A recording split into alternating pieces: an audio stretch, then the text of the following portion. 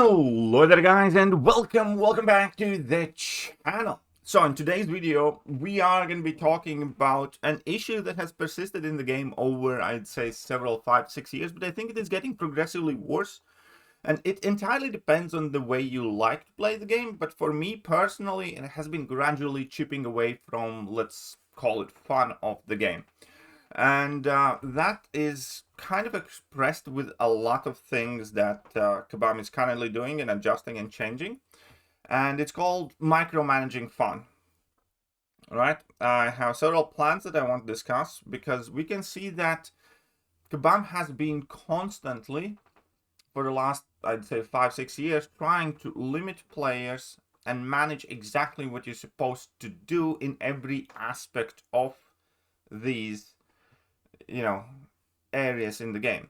And to me personally, it has changed the game, not for the better. And overall, we're still kind of trying to escape it. But obviously Kabam is designing this entire game, and every new iteration is taking away agency from players. It's taking away choice or freedom or kind of make your own adventure type. Kabam likes to say we can play this game however we see it fit, but largely it is not entirely accurate. For instance, because let's say tomorrow Kabam releases a new game mode that does have some of the best rewards in it, you'd feel kind of compelled to play it if the rewards are better than other game modes. So it's not entirely that you can just focus on one thing or another thing in the game if you want to progress at a good pace.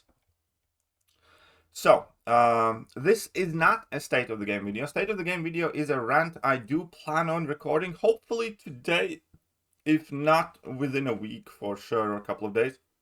But this is gonna be Kabam micromanaging fun, killing the game type situation. And we're gonna start with an example I like to use and I have liked to use for a while, and this is gonna kind of be the easiest one to conceptualize, and that is gonna be the existence of Titan crystals, or in fact that we have so many different types of shards.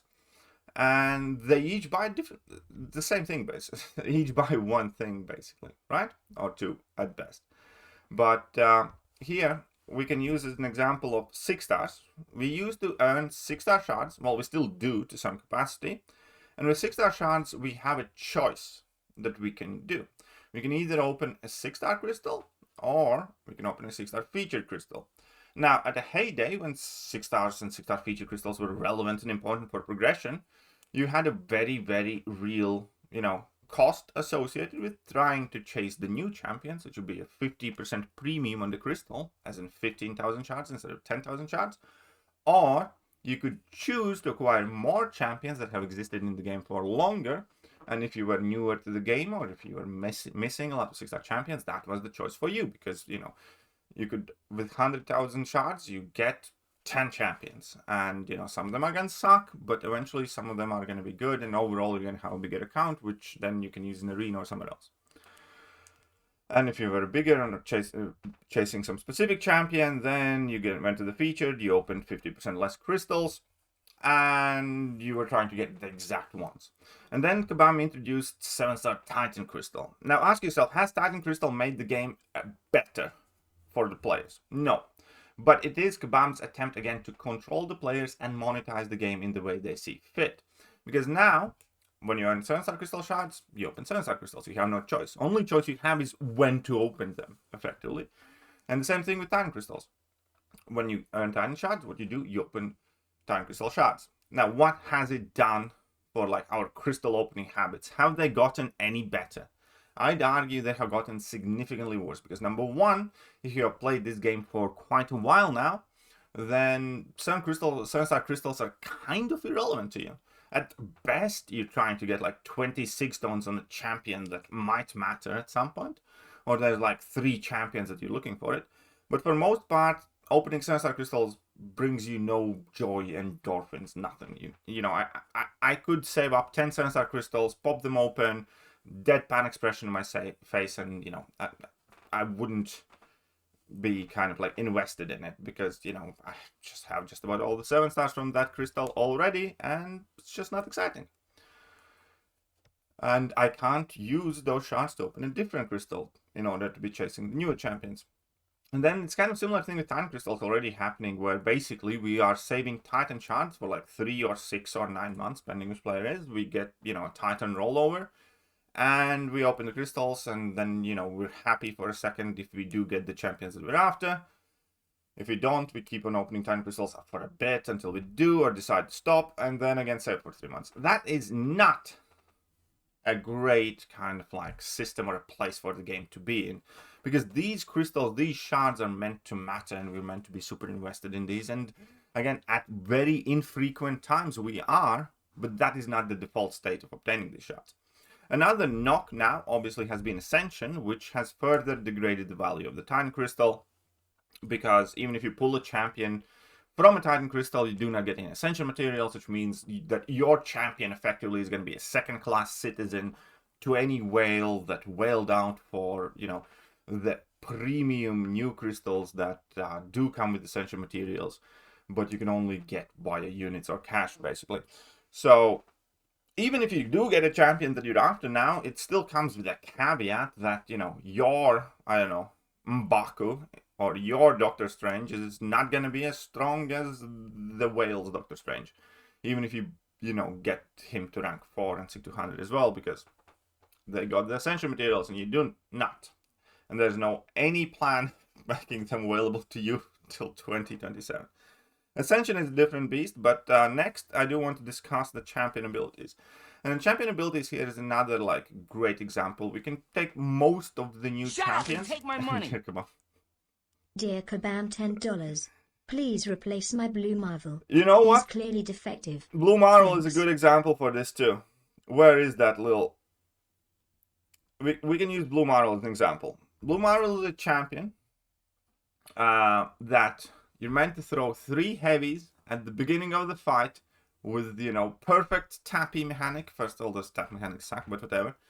So your fight rotation with Blue Marvel is like 3 heavies, some combos, some level 1s, then level 2, and that's it. You don't really have a choice. For instance, if for whatever reason you don't want to be throwing heavy attacks in a fight, if there's like a node that says, do not knock the opponent down with a heavy attack, Blue Marvel's immediately kind of losing a significant part of his damage output because you can't throw heavies, right? But you have to if you want to kind of do the full rotation.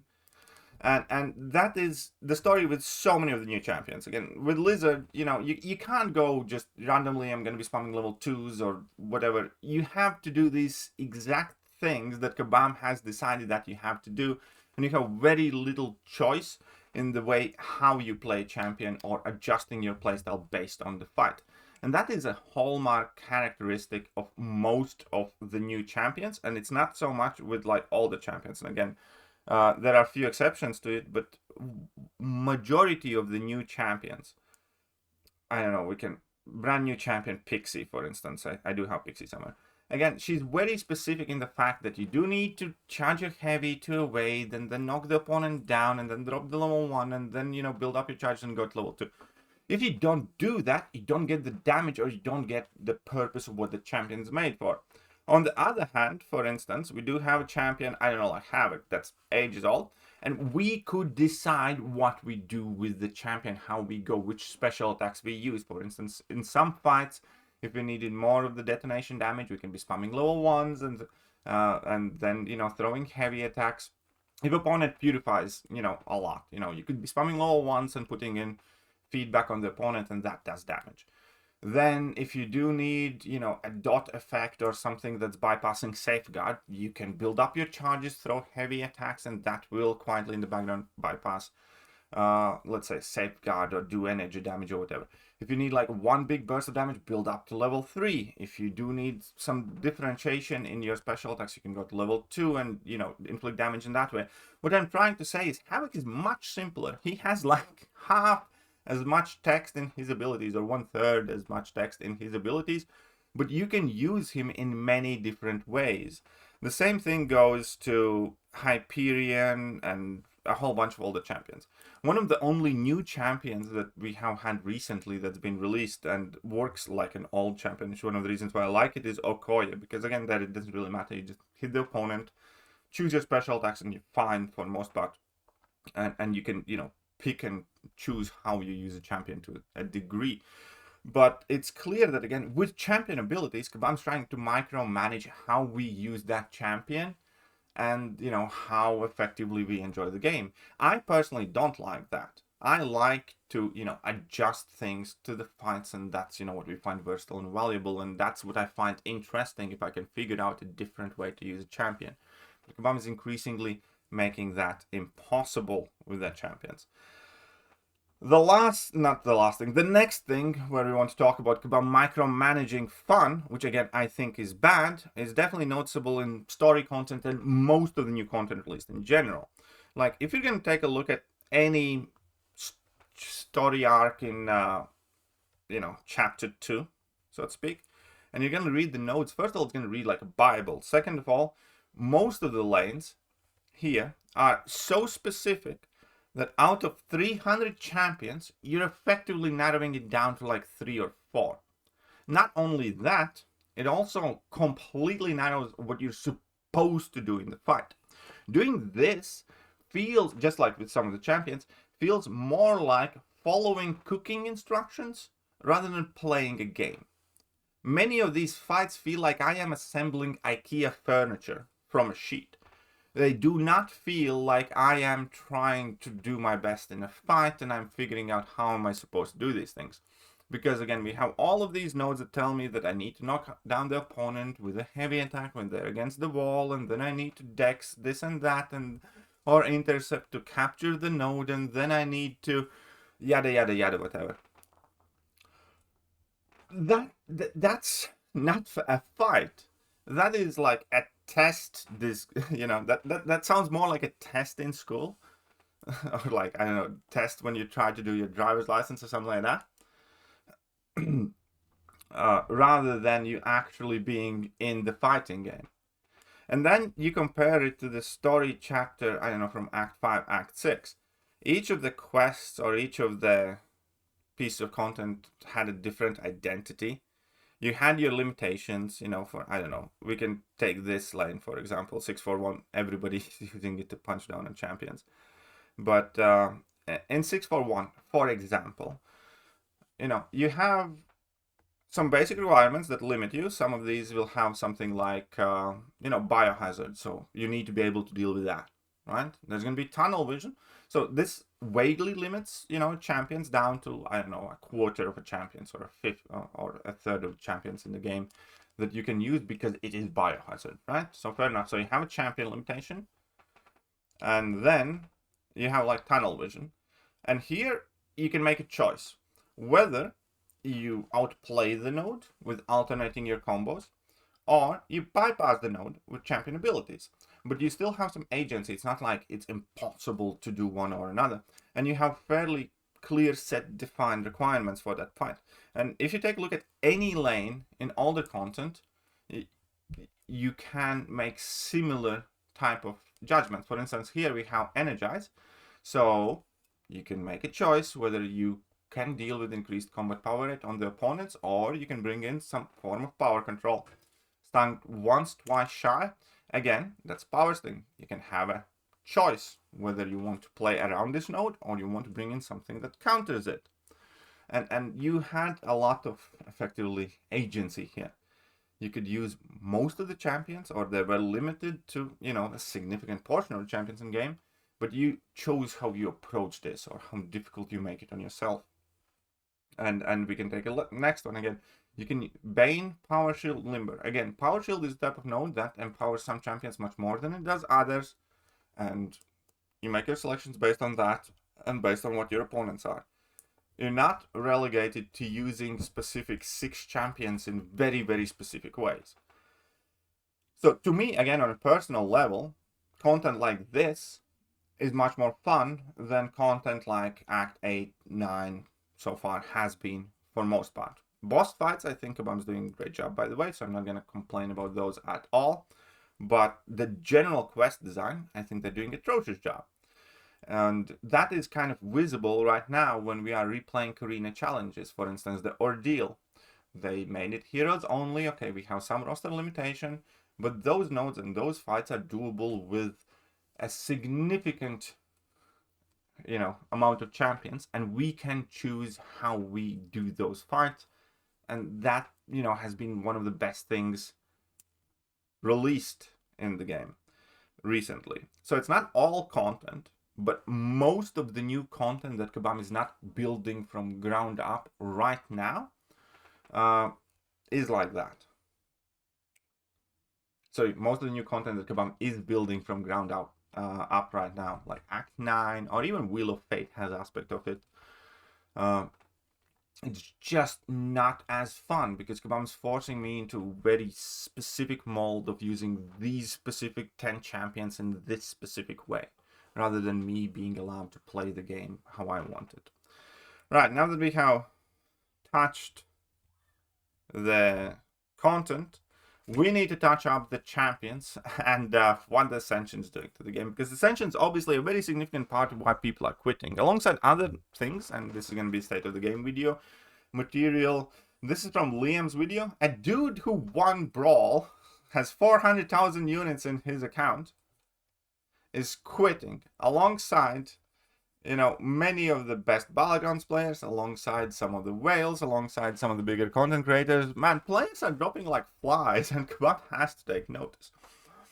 And one big reason for that is Ascension, because it's been atrociously badly introduced. Because Ascension, Kabam they never had much of a mask on the face to begin with, but Ascension is pure exclamations like, there's the peasants who will get what Kabam gives them when they give them to us.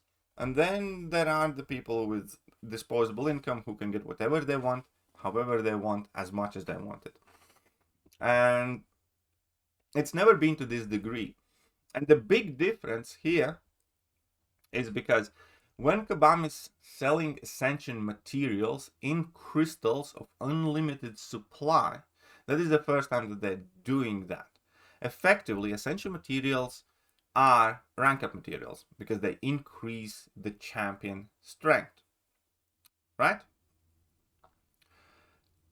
Kabam has imagine if this would be the situation with 6 stars or something else before, and Kabam would be throwing in tier 6 class catalyst, tier 6 basics, tier 3 alphas whenever you pull a champion from a Valiant crystal.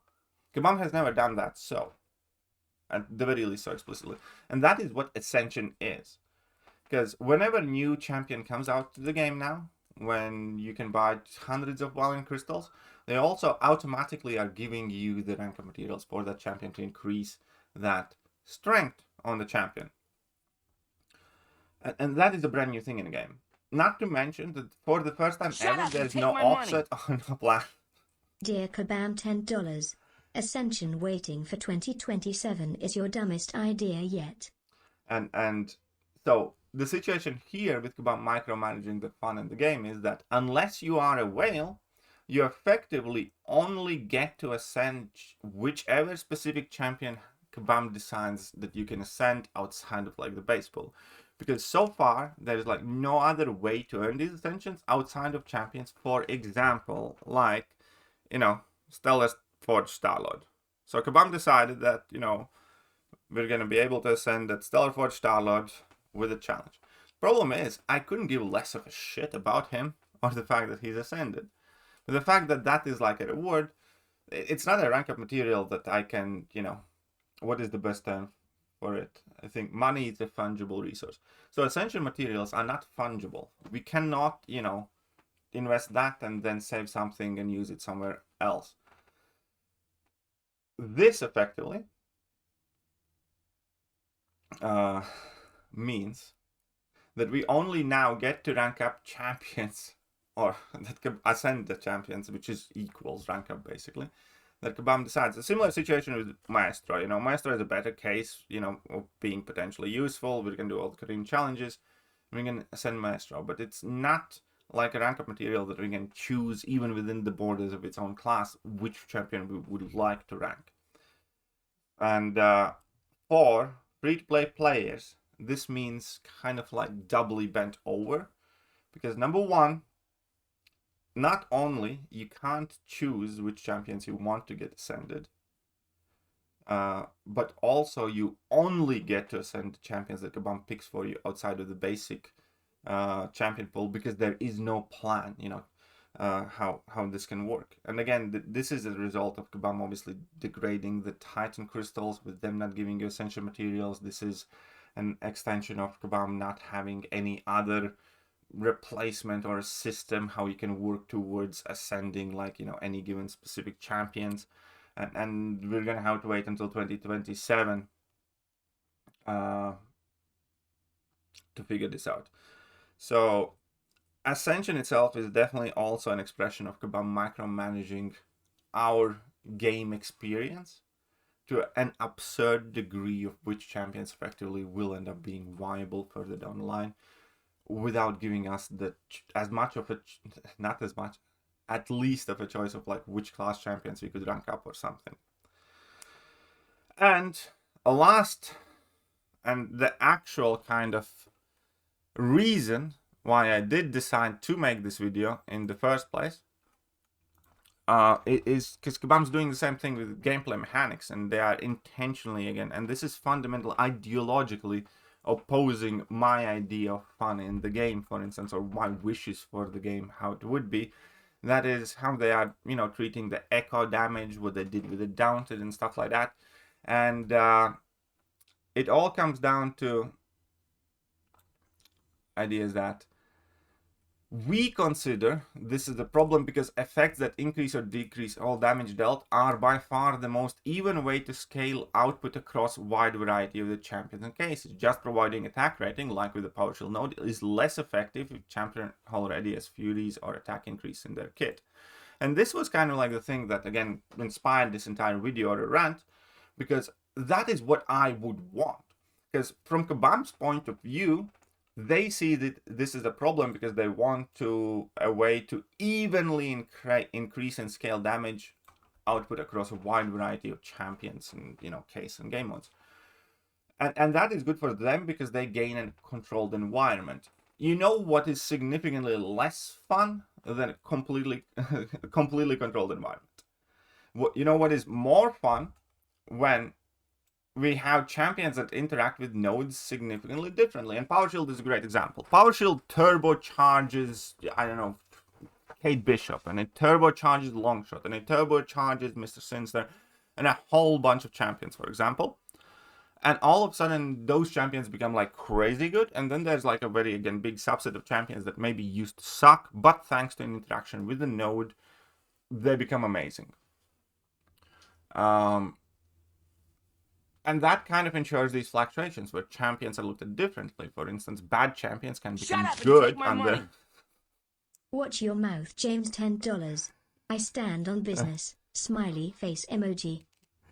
Okay, and that again creates a situation often where a bad champion can become good and a good champion can become bad. Again, to use an example of Power Shield, for example, Hulkling turns into a bit of a turd noodle on Power Shield because you do no damage in basic hits, which is a large portion of Hulkling's damage, and since his special attacks already gained a bunch of furies, having a bit more doesn't change his special attack damage that much.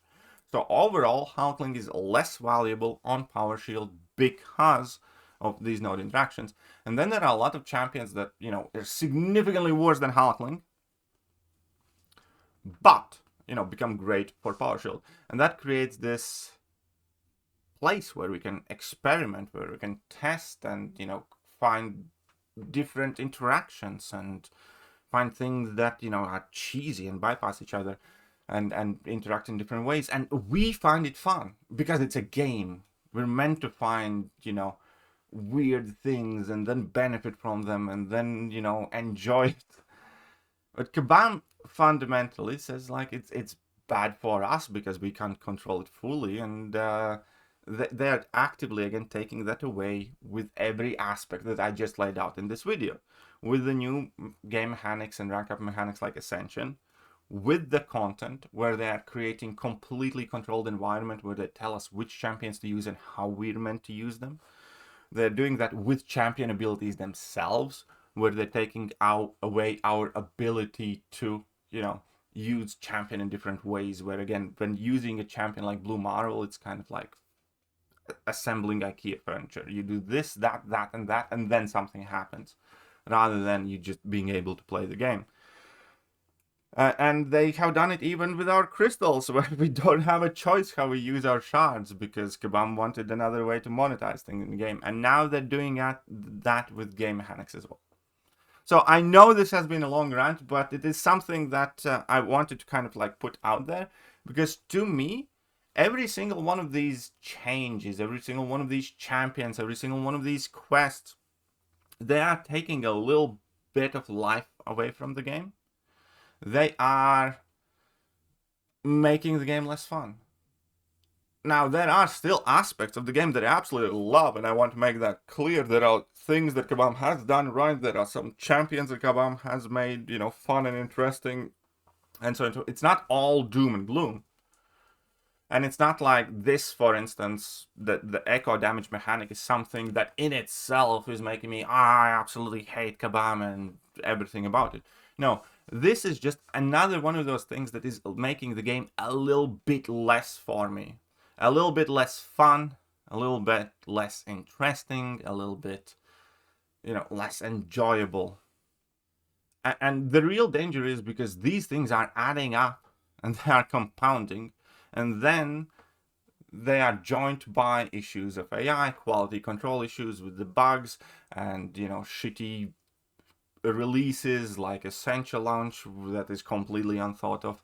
And all of that is obviously and clearly creating kind of like a place where the best players of the game are leaving, where many of the whales are leaving, where the game absolutely does not feel as healthy and as fun as it could be.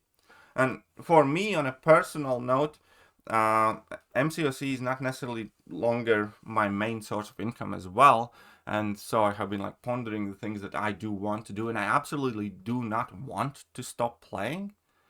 But Kabam is giving everybody less and less reason to stick around with every one of these changes and decisions, in my opinion. So, let me know what you think, and I'll catch you guys soon. Bye-bye. Hello there guys, and welcome back to the channel. So we have all the information about the next